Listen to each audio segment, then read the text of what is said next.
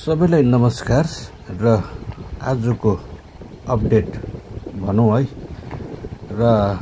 जे जस्तो भए पनि सानो भिडियो तपाईहरु समक्ष लिएर आएको छु र विशेष गरेर म आफ्नो निजी काम भएको कारणले गर्दा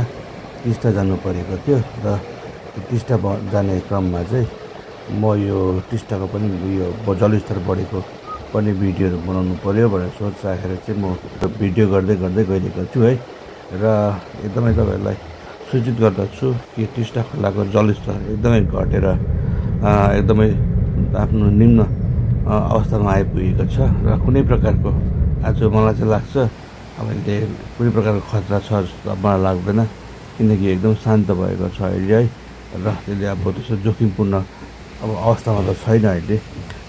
र भोलिको दिन कसरी देखेको छ र कि यो आज टिस्टा घटेर यो अवस्थामा पुगेको छ भने भोलि दिनमा गएर बढ्नु पनि सक्छ भन्ने एउटा सोच राखेर चाहिँ अहिले नै सचेत हुनुपर्छ हामी हैन र के प्रकारको आज हामीले योलाई संरक्षण गर्न निम्ति हामीले त्यो जस्तो पहल गरिरहेका छौं यसलाई हामीले एकदम मध्यनजर राख्दै है यसलाई अघि बढ्नु पर्ने छ र के कस्तो काम कुरो गर्नुपर्ने छ भन्ने विषयमा हामी एकदमै सचेत हुनुपर्छ है र भोलिको दिनमा यसले कुनै प्रकारको ज्यान माललाई हाम्रो यो प्रपर्टीलाई हाम्रो यो पहाडको क्षेत्रलाई क्षति नपुर्याएको होस् भन्ने सोच राखेर चाहिँ एकदमै काम कुरोलाई चाहिँ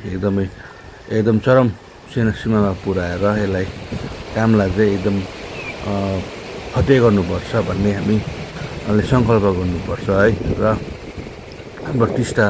पनि आफ्नो जग्गामा बगिरहने र हाम्रो घरबार एरिया पनि बचेर जाने भन्ने सोच राख्नुपर्छ हामीले हैन